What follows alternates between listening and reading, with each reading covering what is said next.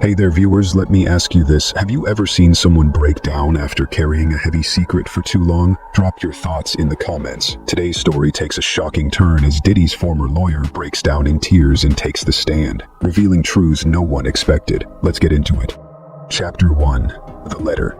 I never planned on sticking around this law firm longer than I had to. The office was the kind of place where the carpet smelled faintly of mildew no matter how much they vacuumed it, and the break room fridge had permanent stains from God knows what decade. It wasn't glamorous, not like the firms you see on TV shows. We handled a lot of corporate filings, the kind of stuff no one outside of a courtroom ever thinks about. Boring work really, but it paid the bills. I was one of a handful of paralegals there, tucked away on the third floor where the windows overlooked a parking garage. Most days it was quiet. People kept their heads down, doing their bit, clocking out before 5. Nothing exciting ever happened. At least, not until the night I found the letter. It was late, past 6, when I decided to finally tackle a stack of files I'd been avoiding.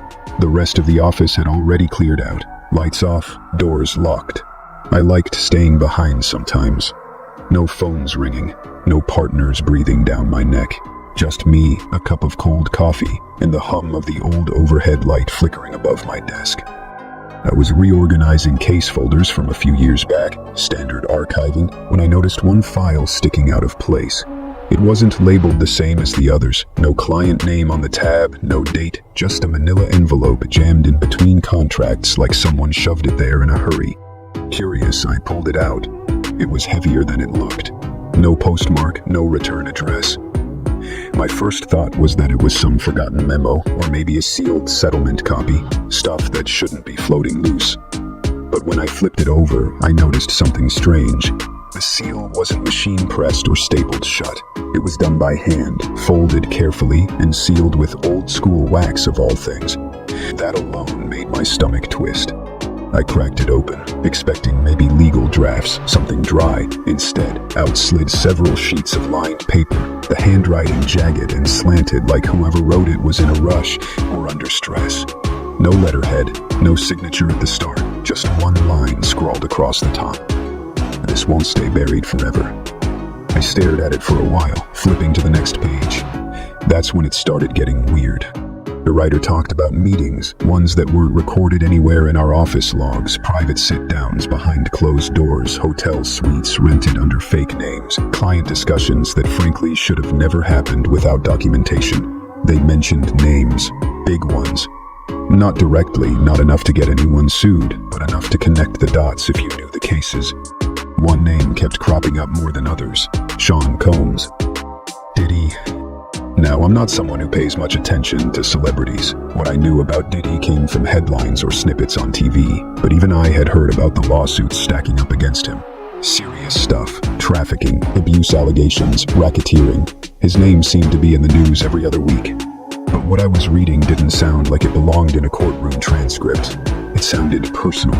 The writer talked about violent threats whispered between negotiations, about being forced to sit across from people they knew were terrified but couldn't say a word. They hinted at staff members, assistants, managers, quietly shuffled out, paid off, or worse, after they tried to step away. No names, just descriptions, enough to make your skin crawl. There were mentions of files disappearing, evidence that should have been part of discovery somehow vanishing before trial deadlines, payments rerouted through shell accounts, witnesses pressured in ways that would never see the light of a courtroom. The writer's voice started unraveling near the end, lines scratched out and rewritten, almost like they were arguing with themselves as they wrote. Then came one line that stopped me cold. "When the trial begins, you'll know where I'll be sitting." No explanation, no signature. That's where the letter ended. I sat back, letting the papers fall to the desk, my chest feeling tight. My first instinct was that it had to be some kind of prank, maybe one of the interns messing around, trying to scare whoever found it. But the more I thought about it, the less that made sense. No intern would have known half the names referenced, and the handwriting, something about how desperate it looked, felt too real. Still, I wasn't about to get sucked into someone's joke. I slid the letter back into the envelope and filed it under things I didn't have time for. But when I tried to get back to work, I couldn't focus. My mind kept circling back to certain words: coercion, threats, silence. Why leave a letter like that here, of all places? And how long had it been sitting, buried between irrelevant files? The next day, curiosity got the better of me. I pulled up some of the court filings we had archived from old cases connected to Diddy. A few of them had come through our firm years ago, back before the big accusations hit the media. Most of those files were routine. NDAs, contract disputes, settlements that never made headlines. Nothing earth-shattering. But as I cross-referenced the case numbers mentioned in the letter, a few things stood out. Some of the dates lined up too neatly. A settlement withdrawal here, a mysteriously dropped claim there, gaps in communication logs that shouldn't have existed. One case referenced a junior associate by initials, someone who had left the firm abruptly around the same time. I remembered hearing whispers back then about disagreements with partners, but nobody talked openly. Could they have been the one who wrote the letter? My stomach sank a little deeper. I kept going over it in my head for days, trying to convince myself it was nothing, but every time I reread that final line, "You'll know where I'll be sitting," something about it felt like a warning. The trial date for Diddy's federal case had just been set, May 5th, jury selection starting late April. That much was public knowledge, but now I found myself wondering if the writer of the letter was planning on showing up in court and not on the side people expected. Weeks passed, and I kept the envelope tucked away in my drawer. I couldn't bring myself to hand it over to anyone. Maybe I was being paranoid, or maybe I didn't want to get dragged into something bigger than me. After all, I was just a paralegal at a law firm nobody really cared about. No one was going to thank me for digging up ghosts. But every time I passed the courthouse on my commute, something tugged at me. There was a heaviness in the air around this case. Everyone could feel it, like something was shifting beneath the surface. People talked about Diddy's fall from grace, how he looked frail and tired in court appearances. The headlines focused on the high-profitable names, the drama, the money. No one was paying attention to the smaller pieces. That letter felt like one of those pieces. I didn't know if it was real or who exactly wrote it, but I knew one thing. When the trial began, I'd be there. And I'd be watching. Chapter 2, Diddy's disappearance from public life. The courthouse looked different in the daylight. From the outside, it was just another chunk of gray stone wedged between glass towers, but today it felt like the entire world had gathered around it. The sidewalks were crowded shoulder to shoulder, people pressed up against metal barricades, reporters yelling over each other, their cameras clicking nonstop like some mechanical heartbeat. News vans lined the curb, their satellite dishes stretching skyward, as if clawing for better reception, desperate to beam the latest headline across every screen in America. I lingered near the entrance, clutching my coat tighter as I edged through the chaos. It wasn't like the trial was some surprise. Everyone knew it was coming. Diddy's name had been on a loop for months now, splattered across tabloids, scrolling at the bottom of every news channel. But there was something different about being here in person, standing in the thick of it. You could feel how heavy it all was. The tension in the air wasn't just curiosity, it was expectation. Everyone waiting for the next fall, the next revelation. The chatter outside was relentless, voices overlapping in that restless way people talk when they're more interested in hearing themselves. I caught snippets as I squeezed past clusters of spectators. Some were convinced he was pulling a PR stunt, staying quiet to gain sympathy. Others whispered about breakdowns behind bars, how the pressure had finally cracked him.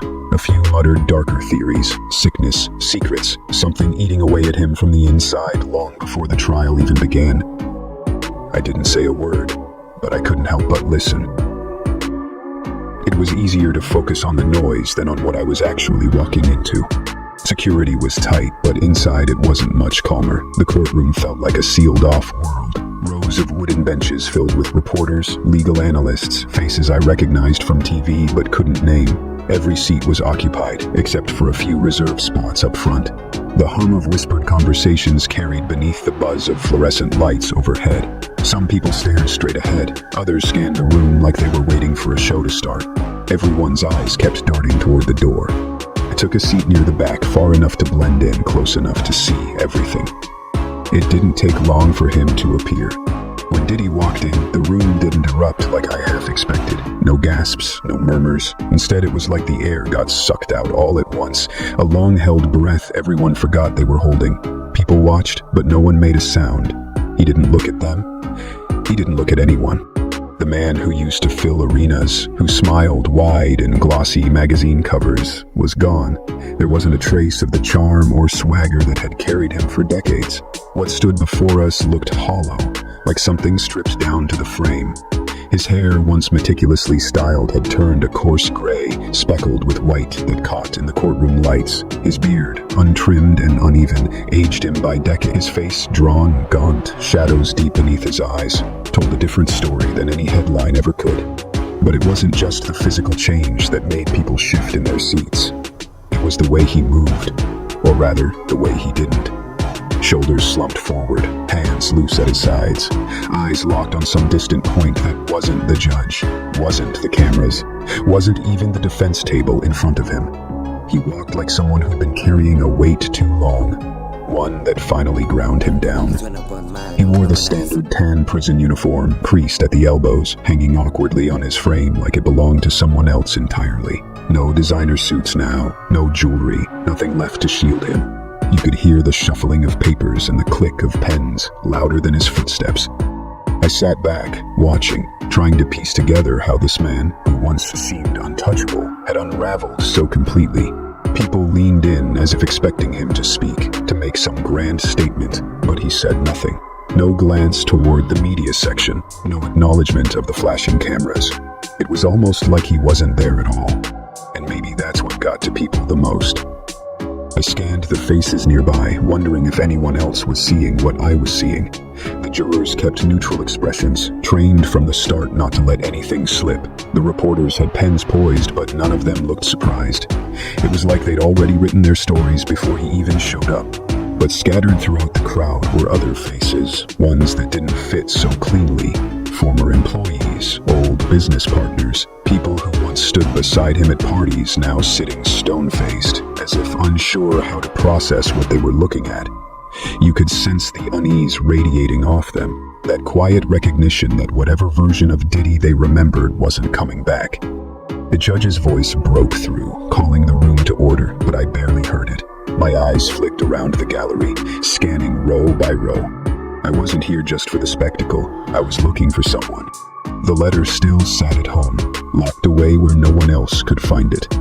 I'd gone over it enough times that the handwriting felt burned into my mind. The shaky pen strokes, the scattered thoughts, the half-erased lines. Whoever wrote it had been unraveling, that much was clear, and they'd promised, in no uncertain terms, that I'd know where they'd be sitting when this trial began. But as I searched the room, nothing stood out. Just rows of strangers, their gazes bouncing between the defense table and the judge. No sign of panic, no lingering glances in my direction. I thought about the initials I'd traced back to one of our old associates, but they weren't here, at least, not that I could see. Still, something felt off, like a puzzle piece was missing, right in front of me, but I couldn't spot where it fit. The media section, as expected, was already scribbling down every gesture, every silence. I could almost predict what the headlines would be by the end of the day. Diddy's drastic transformation. Music mogul unrecognizable in court. Is this the end of Sean Combs? But they weren't here to watch the unraveling up close. Not really. They'd come for the drama, the sound bites, the carefully packaged scandal. They couldn't see how the room itself felt colder. Whispers continued outside even as proceedings carried on inside. I heard one man near the door lean over to his colleague and mutter, "Diddy's already gone." I wasn't sure if he meant physically or mentally, but I had a hunch it didn't matter. The sentiment rang true either way. Maybe that's why the letter kept nagging at me. Whoever left it wasn't interested in headlines or public takedowns. They'd seen the machinery turning behind the scenes, the pieces no one wanted to admit existed. And if they were sitting somewhere in this courtroom, waiting for their moment, then it meant whatever came next wasn't going to play out neatly. My eyes drifted back to Diddy. He hadn't moved since taking his seat. Even when the judge addressed him directly, asking routine questions, his responses were clipped, hollow, no spark left behind those eyes. It struck me then that the people outside weren't wrong. The man they came to see, the man they wanted to tear apart or defend. It wasn't clear if he was even present anymore. Whatever had hollowed him out hadn't started today. And something told me it wasn't over yet. Chapter 3, Jury Selection and Hidden Tensions. There's something strange about watching jury selection up close. It should have been dull. That's how it's usually treated, even by people who cover courtrooms for a living. Just a procedural box to check before the real action starts. A parade of random citizens dragged in, asked routine questions, and shuffled out until 12 acceptable faces are locked in. But sitting there that morning, feeling the weight pressing in from all sides, I understood that this wasn't routine at all. Not today, not in this case. The judge's voice echoed as he welcomed the first pool of potential jurors. 50 or so men and women filed into the room, their expressions a mix of nerves and blank stares, most trying their best not to make eye contact with anyone. Some clutched paperwork, others fiddled with the straps of their bags, but all of them seemed hyper-aware that they'd just been dropped into something far bigger than they expected. You could tell some of them already knew they didn't want to be here. And who could blame them? Nobody signs up to sit in judgment over one of the most powerful figures in entertainment, not when the media circus outside keeps reminding you of who's on trial. The lawyers wasted no time. They started slow, asking about employment, family, prior knowledge of the case, standard stuff. But you could feel the strategy humming beneath every word, both sides looking for cracks, trying to figure out which of these people might already have an opinion, hiding behind polite answers. One woman, middle-aged, said she didn't follow celebrity news much. She seemed harmless enough until the defense asked how she felt about people in positions of authority. Her hesitation was barely noticeable, but the prosecution picked up on it. The next few questions danced around her views on wealth, influence, the criminal justice system. Her eyes stayed forward, but her knuckles whitened as she gripped the sides of the chair. I caught the quick glance exchanged between the two lead attorneys, both clocking the same thing. The questions kept coming, shifting tone subtly every few minutes. Would any juror be uncomfortable judging a man of significant public stature? Could they separate a person's public image from the facts of the case? Had they heard about the accusations before arriving today? There was a rhythm to it, almost like watching chess played in slow motion. Each answer revealing a little more about how these people viewed not just Diddy, but power itself. It wasn't lost on me how much control the lawyers tried to exert over something inherently unpredictable. No matter how carefully they worded things, they couldn't stop the undercurrent running through the room. Everyone knew, whether they admitted it aloud or not, that this trial wasn't just about one man's actions. It was about the machine he'd been part of. The enablers, the silence, the way money and fame had shielded him for years. I leaned back slightly, letting my eyes drift from the jurors to the legal teams themselves.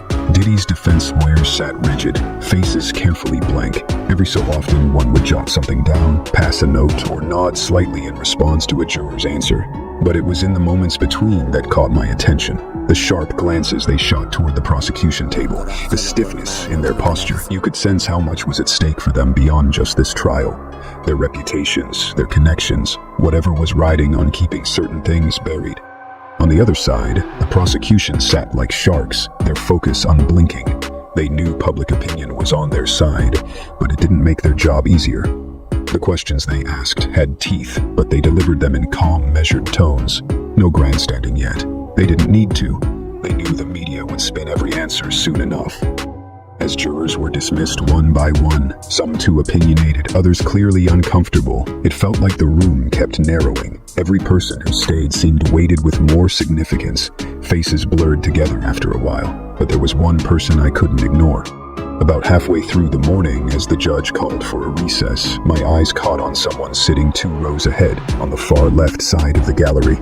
She hadn't moved much, barely shifting during the hours we'd all been seated. Her posture was stiff, shoulders slightly hunched, hands resting tightly in her lap. From the back, there was nothing remarkable. Brown hair pulled low, dark blazer, but something about the curve of her shoulders triggered something in my mind. A faint recognition I couldn't place immediately. When she turned her head just for a second, I felt my stomach drop. I'd seen her before, not in this courtroom, but in the hallways of my office, years ago, back when I first started. She'd been one of the quieter associates, kept her head down, stayed out of firm gossip. I hadn't thought of her in ages. I remembered hearing she left suddenly, no explanation, no farewell drinks. People speculated she'd burned out, maybe switched careers. No one followed up. But now, there she was, eyes fixed dead ahead, expression unreadable. And her hands trembled slightly, even though the rest of her sat perfectly still. I felt a chill creep up the back of my neck. Could she be the one who left the letter?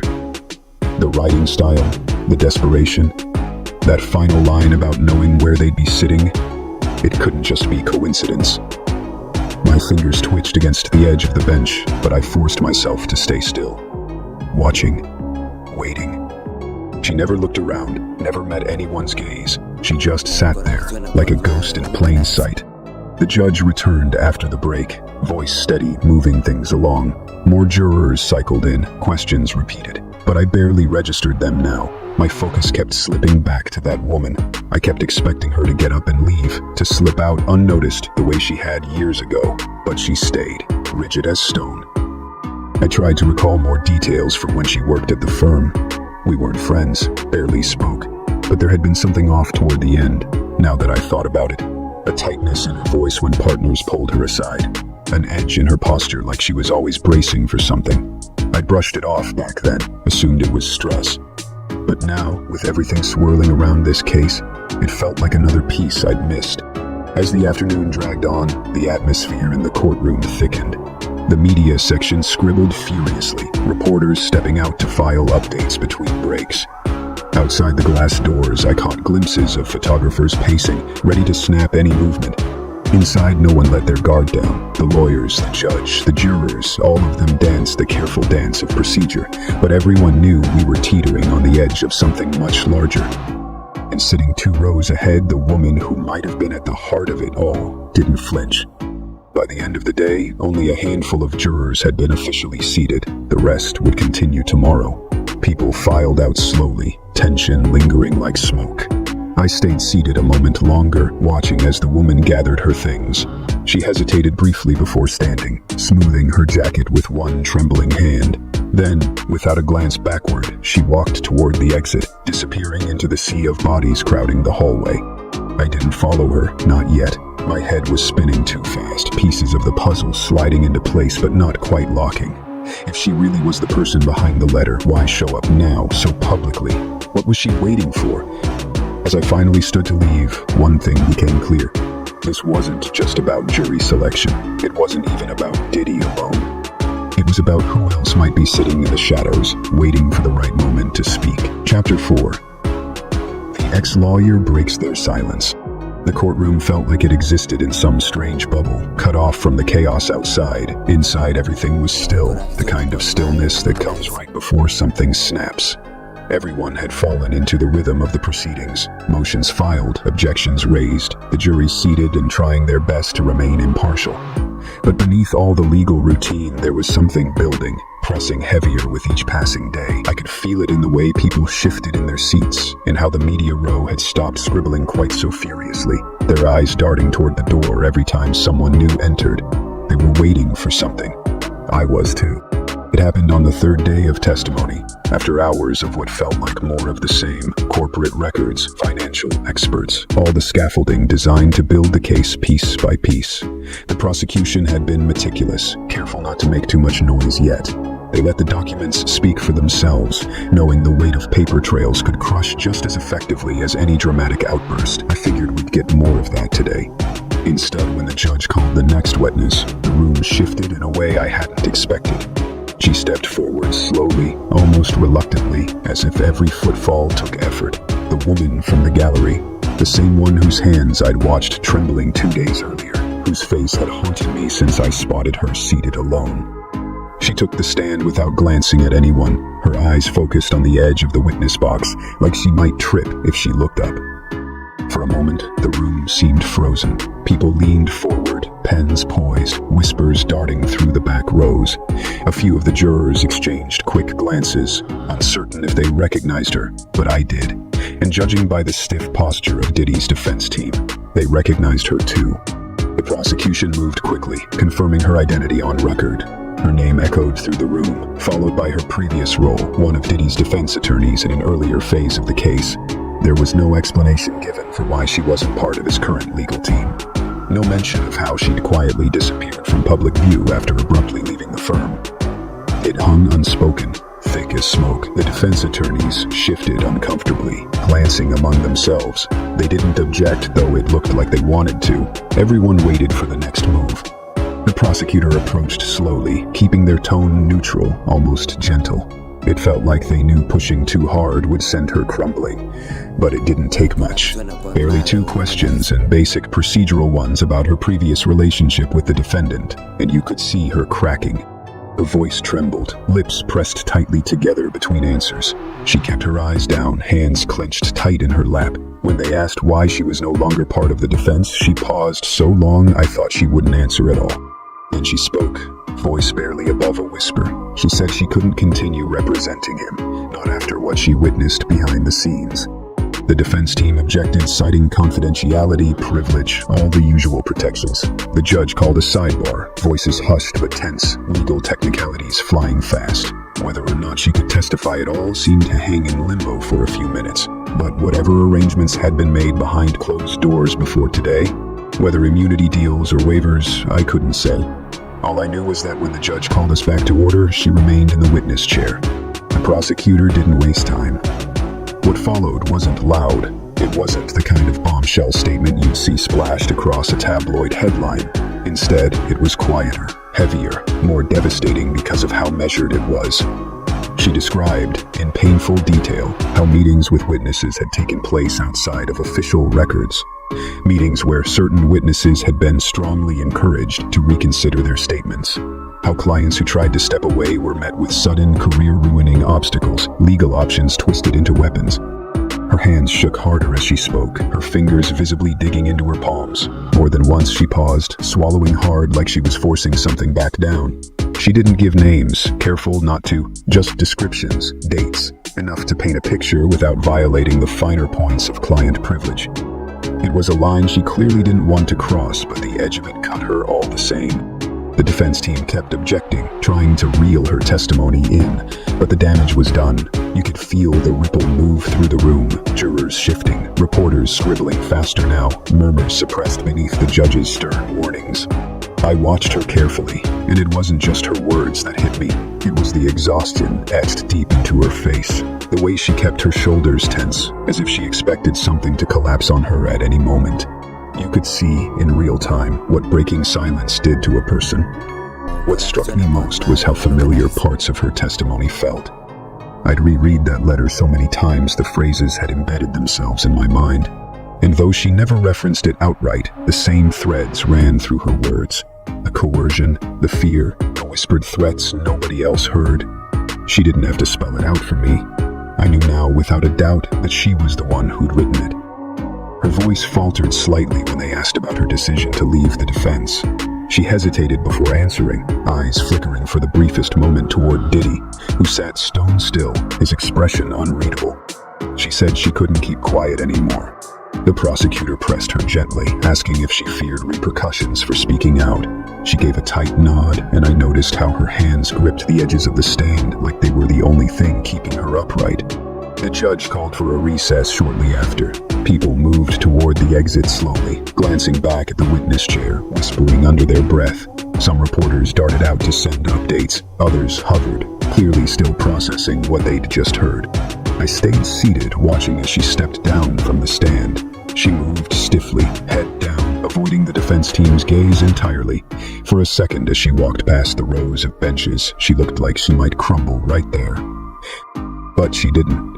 She kept going, disappearing through a side door, swallowed up by the courthouse walls. I sat there long after most people had left, the buzz of conversation fading behind me. My thoughts kept circling back, not just to her testimony, but to the look in her eyes. It wasn't relief. It wasn't even defiance. It was something far heavier. And somehow I knew this wasn't the last time we'd hear from her. Chapter 5. Unseen Chains. It wasn't until after the ex-lawyer's testimony that the full shape of things started to shift in my mind. I'd gone into that courtroom thinking this was all about one man, one trial, one headline making fall. But sitting there, watching her crumble as she peeled back the first thin layer, I realized how naive that was. This wasn't about one man. It was about the entire structure that had been holding him up, the invisible chains stretched tight behind the scenes, linking every lawyer, assistant, business partner, and associate who'd gotten too close. I left the courthouse that afternoon with the hum of conversation still buzzing in my ears. Everyone outside was talking about the same thing: her breakdown, her accusations, the fact that she'd cracked under oath. They speculated on cable shows and wrote think pieces about client-attorney privilege, about betrayal, about legal ethics. But none of them seemed to understand that her story wasn't a standalone confession. It was a warning shot. Back at the office, I couldn't shake it.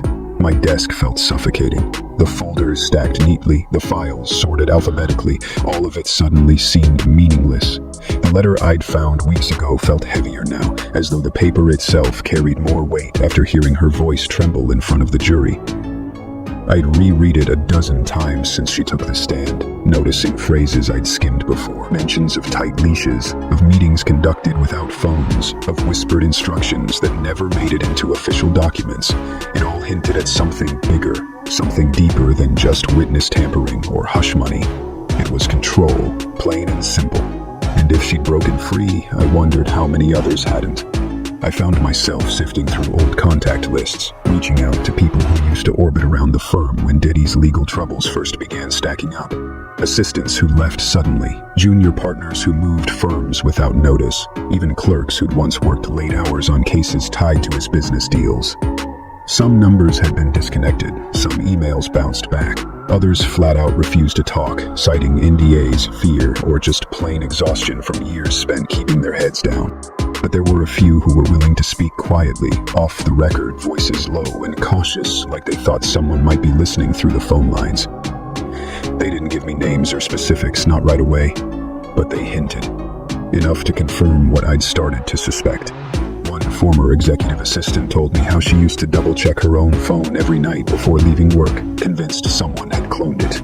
She mentioned offhand the routine visits from people who claimed to be security consultants but never left a paper trail. Another former PR rep, who asked me not to use even his initials, described how contracts were constantly rewritten, clauses added and removed at the last second, often cutting off employees' ability to speak publicly about anything tied to Combs' companies.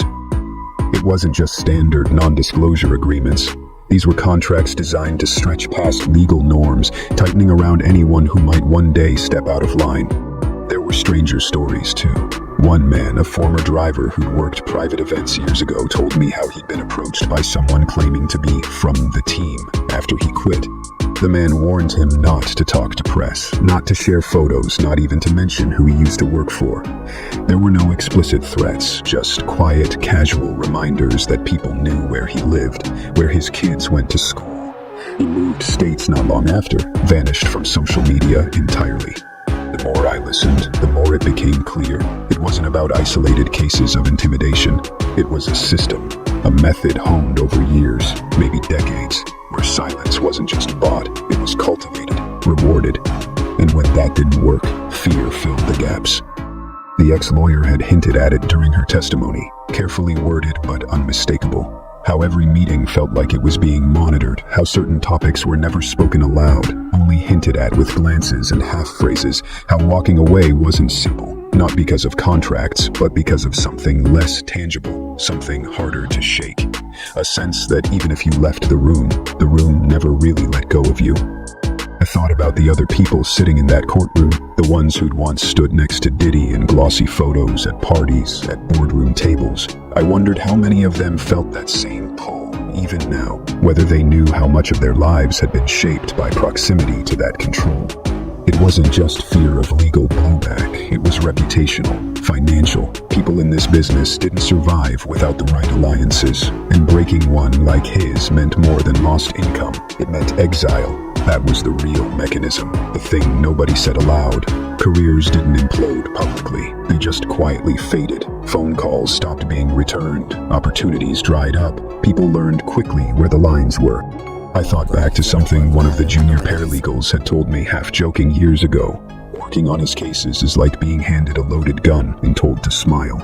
At the time, I'd laughed it off, but now that line sat heavy in my chest. I spent days following up on leads, piecing together fragments. The pattern kept repeating. Former staffers who disappeared off the radar, executives who resigned without fanfare, lawyers who once stood front and center suddenly switching firms, changing careers, some moving out of the country entirely. Each one left a faint trace if you looked closely enough, but no one talked about why. And the thing that unsettled me most wasn't just how many people there were. It was how predictable it all seemed, like a machine designed to keep grinding long after anyone noticed. I couldn't stop thinking about the woman from the stand, how hard it must have been to untangle herself from those chains, even enough to speak. I wondered if she felt free now, or if some part of her still felt trapped, waiting for the backlash she knew was coming. The media didn't pick up on all of it. They focused on the headlines, the celebrity fall, the sensational details. They didn't see the smaller stories hidden underneath. But sitting in that courtroom, I'd seen the way people reacted when she testified. Not just shock, not just curiosity. Some faces looked afraid. It was becoming clearer every day that this trial wasn't just about proving guilt. It was about whether the system propping him up could finally be cracked open, whether anyone could survive stepping outside of it. And the more I dug, the more I realized there were still plenty of people holding on, hoping the machine would keep turning.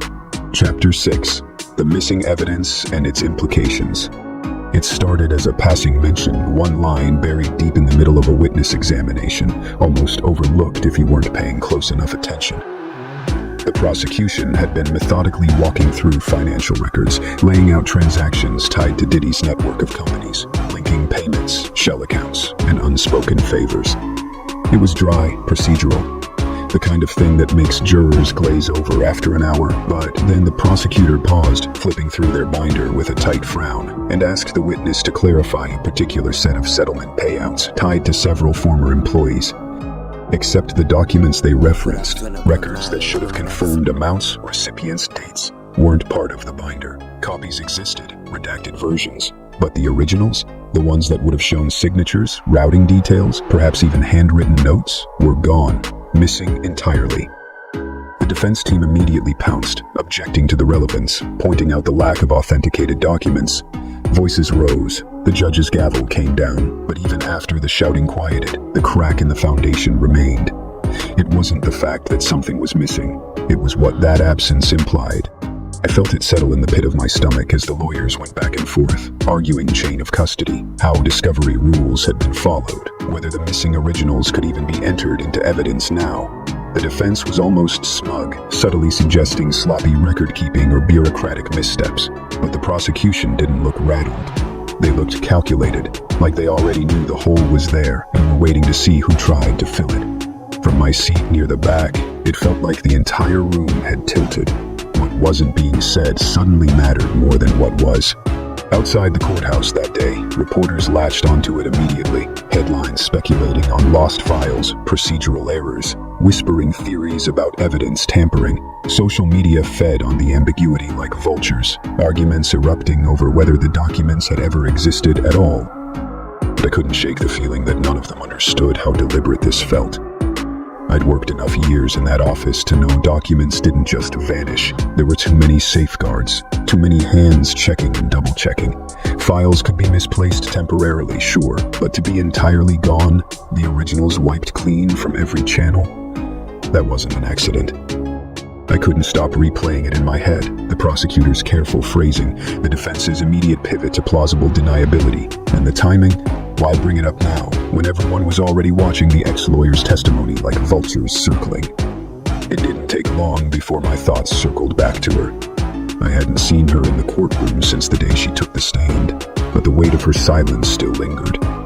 She hadn't been called back, hadn't issued any public statements, and yet something told me she knew exactly what had happened to those missing records. The way her voice shook when she talked about meetings behind closed doors, how certain files never made it to official channels. There was no way she wasn't aware of where those papers ended up.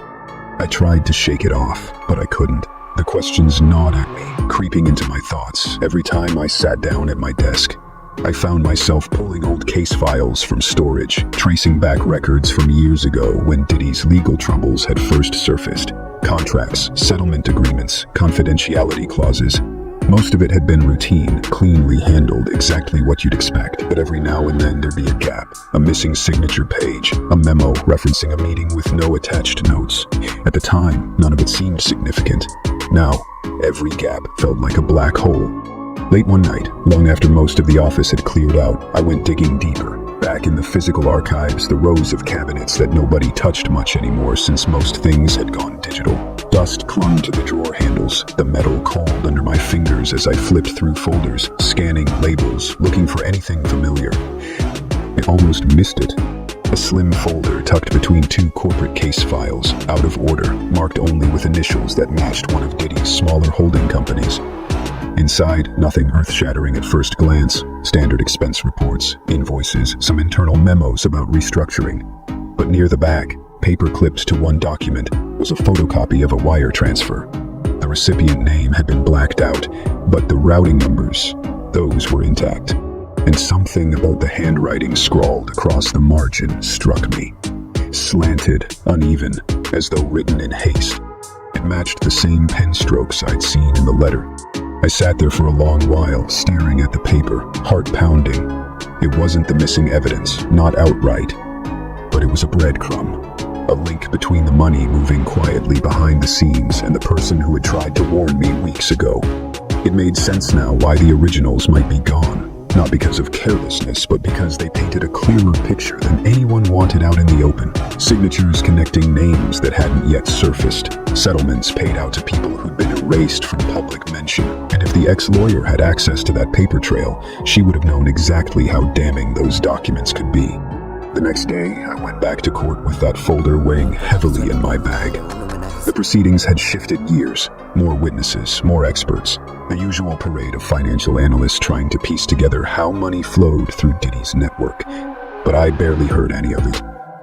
Instead, my eyes kept drifting to the gallery, scanning faces, searching for her. She wasn't there. The seat she'd occupied before sat empty.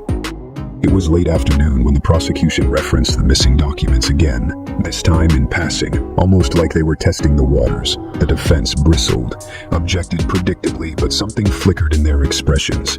A flicker they couldn't quite hide. Nervousness, as if they knew the absence wasn't just inconvenient, it was dangerous. I kept thinking about the system that had allowed all of this to function for so long. The chain of command, the unspoken agreements. It wasn't just about shredded papers or missing files. It was about making sure that if anyone tried to pull at the thread, there'd be nothing left to unravel. And now, someone had slipped. That night, back at my apartment, I pulled out the letter one more time. I ran my fingers over the creased paper, reading the same lines I'd memorized weeks ago, but this time they felt different. More pointed, like a map I hadn't been reading correctly. When the trial begins, you'll know where I'll be sitting. But the trial had already begun, and she wasn't sitting there anymore, which meant something else was coming, and I had no idea what it would cost to find out. Chapter 7. Diddy's final day in court. There was something different in the air the morning we all filed into the courthouse for what everyone knew was the final day. It wasn't like the others, the kind of tension you could brush off as standard nerves. This was heavier, tighter. It felt like the weight of every testimony, every whispered rumor, every headline had settled over the building, pressing down on everyone's shoulders. The media trucks were parked too deep along the curb, their reporters clustered in tight groups outside, eyes flicking constantly between their phones and the courtroom doors. Commentators speculated wildly, filling dead air with theories about what the verdict might be, what it would mean, but the sense of anticipation felt hollow, like even they didn't know what they were hoping for anymore. Inside, the courtroom itself had the same sterile order it always did. Same wood-paneled walls, same uncomfortable benches. But beneath that, something had shifted. People weren't just watching the defendant anymore. They were watching each other, watching to see who looked nervous, who avoided whose gaze. The sense that we'd all been part of something larger, something unseen, had settled uncomfortably close to the surface. Diddy sat at the defense table, just as he had every day before, but by now he looked more like a shadow of himself than a man. He'd stopped reacting to anything days ago. No glances toward the gallery, no whispered conferences with his attorneys, just a blank, hollow stare at some fixed point ahead of him, as if he were trying to outlast the moment by sheer will. His face, once so carefully crafted, looked worn down to the bone, lines etched deep around his mouth, his eyes sunken. The gray in his beard more pronounced under the harsh fluorescent lights. It struck me how quiet the courtroom felt as people took their seats. Even the usual rustling, the shuffling of papers, seemed muted, as if everyone was holding their breath without realizing it. The judge took his seat, gavel sharp against the hush. There were no new witnesses, no surprise evidence, just the final act, the closing arguments. The prosecution moved first, voice steady but carrying that undercurrent of something final. They didn't waste time reciting every detail of the charges. Everyone had heard them enough by now. The coercion, the threats, the settlements masked as business deals, the machine that had kept people compliant. But what caught me was how they shifted the focus away from Diddy alone. They spoke about the structure, the scaffolding that had allowed it all to thrive, the assistants, the staffers, the legal teams who'd kept the machinery running long after anyone should have pulled the plug. It wasn't delivered with anger, it was methodical, almost cold. A quiet indictment not just of him, but of every person who looked the other way because it was easier, because silence paid well. They spoke of culture, of complicity, of how power replicates itself in the dark corners of rooms people pretend don't exist. You could feel how carefully chosen each word was, how deliberate the pace. By the time they finished, you could hear a pin drop. The defense, when they stood, took a different approach. Predictably, they painted Diddy as a man isolated by fame, misunderstood, a target of envy and public frenzy. They tried to pull the narrative back to personal responsibility. His responsibility, yes, but also the responsibility of those who now stood against him. They framed it as betrayal, as opportunism. But something about their words felt hollow. The weight of everything leading up to this day hung too heavy. No amount of careful phrasing could erase the testimonies we'd all sat through. The ex-lawyer's broken voice, the patterns of missing evidence, the cold precision of financial trails that never added up. I scanned the courtroom again, letting my eyes settle on the gallery. That's when I saw her. The ex-lawyer sat 2 rows ahead, her posture rigid, hands folded tightly in her lap. She hadn't been back since her testimony, but now, here she was, staring straight ahead, face drawn but calm. There was no triumph in her expression, no relief, just a kind of quiet resignation. She didn't flinch when the defense threw veiled barbs at those who'd turned on their former allies. She sat perfectly still, as if she already understood what the outcome would mean. For him, for her, for everyone who'd played a part in this unraveling. The judge called for a short recess before releasing the jury. People filed out slowly, voices hushed. Outside the courtroom, the reporters had already begun framing their pieces, talking heads waiting breathlessly for something, anything that would give them the headline they'd come for. They lingered near the back, watching as the ex-lawyer stood, smoothing her jacket as though preparing for something far heavier than just leaving a room. Our eyes met briefly. No recognition, no nod. Just that same unspoken understanding that had been there since the letter. She disappeared into the crowd, swallowed up before I could decide whether to follow. The jury returned shortly after, faces carefully neutral as they filed back into place. The judge read through instructions, voice steady, eyes flicking between the defense and prosecution. Everything about the process felt formal, rehearsed, but no one could miss the tension radiating from every corner of the room. Diddy remained motionless, hands folded in front of him, eyes fixed ahead. If he heard any of it, he didn't show it. As the jury was dismissed to deliberate, the room slowly emptied. The media pack surged outside, desperate for sound bites. People whispered in the hallways, speculating about how long deliberation would take, whether there'd be a hung jury, whether some deal had already been cut behind closed doors. But sitting there, I couldn't shake the feeling that the verdict almost didn't matter. Not entirely. The trial had peeled back something people couldn't unsee now. It wasn't just about one man. It was about the cracks that had been there the whole time, the rot that spread because no one wanted to acknowledge how deep it ran.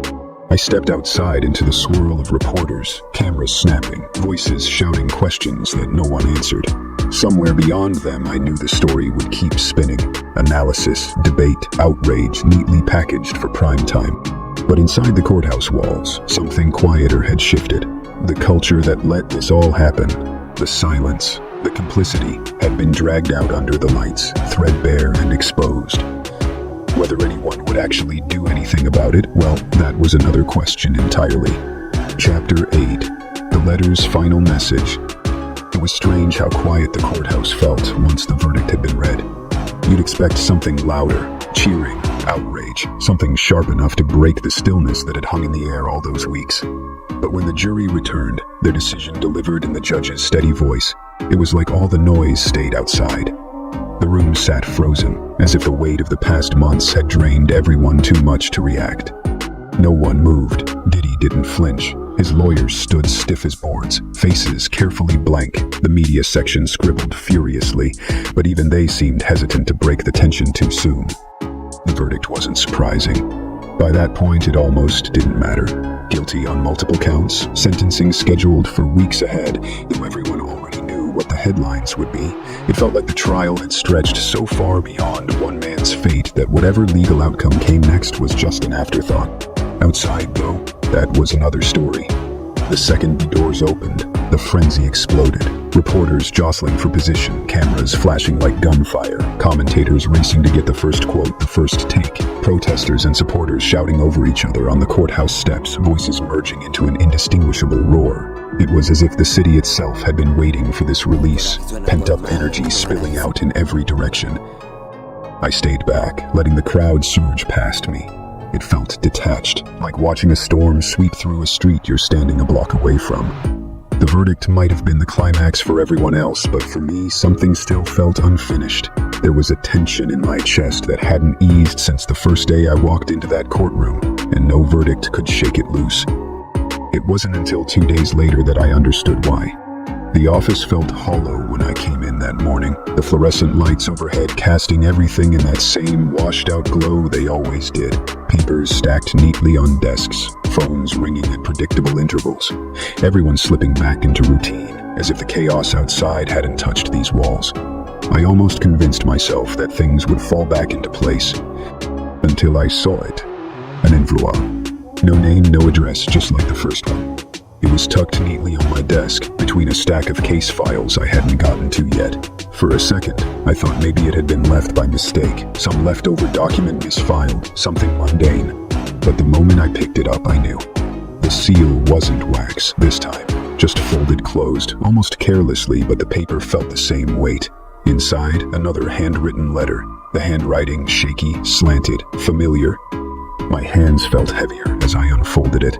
It wasn't long, barely a few paragraphs, but every line sat heavy, like it had taken everything out of her to write. She didn't sign it, not with her name anyway, but I didn't need a signature to know who it was. She wrote about why she testified, not to clear her name, not because she wanted redemption. She made that part clear. She wrote about how long she'd stayed silent, how many years she spent convincing herself it was safer not to speak, how easy it had become to justify her part in keeping the machine running. And then one line stood out, etched deeper than the rest. I thought I could walk away and leave it all behind, but the thing about chains is, you don't realize how tight they are until you're already wrapped in them. She didn't offer excuses, no self-pity, just acknowledgement, plain and raw, that she'd helped build something she couldn't unbuild. And now, after everything had been dragged into the open, she knew she couldn't pretend it wasn't still out there, pulsing beneath the surface. Toward the end, she hinted at others, people still caught inside, still too afraid to speak. No names, no accusations, just enough to remind me that the cracks in the system hadn't finished spreading yet, that the courtroom, the verdict, the media frenzy, none of it meant the rot was gone. Her last sentence felt like it had been scratched onto the page. Diddy might be gone, but what he built still lingers. I read it twice, 3 times, fingers tight around the edges of the paper. It wasn't a confession. It wasn't even a warning. It was a reminder. I sat there for a long time after, the noise of the office fading around me, phones ringing, footsteps echoing down the hall, all of it distant. I thought about the people who'd filled that courtroom, witnesses, staff, old colleagues, former friends. I thought about how many of them had stayed silent, how many had stood just close enough to power to feel its pull without realizing the cost, and how many still did, faces unseen, names unspoken. The trial was over. The man himself would be sentenced, headlines would move on.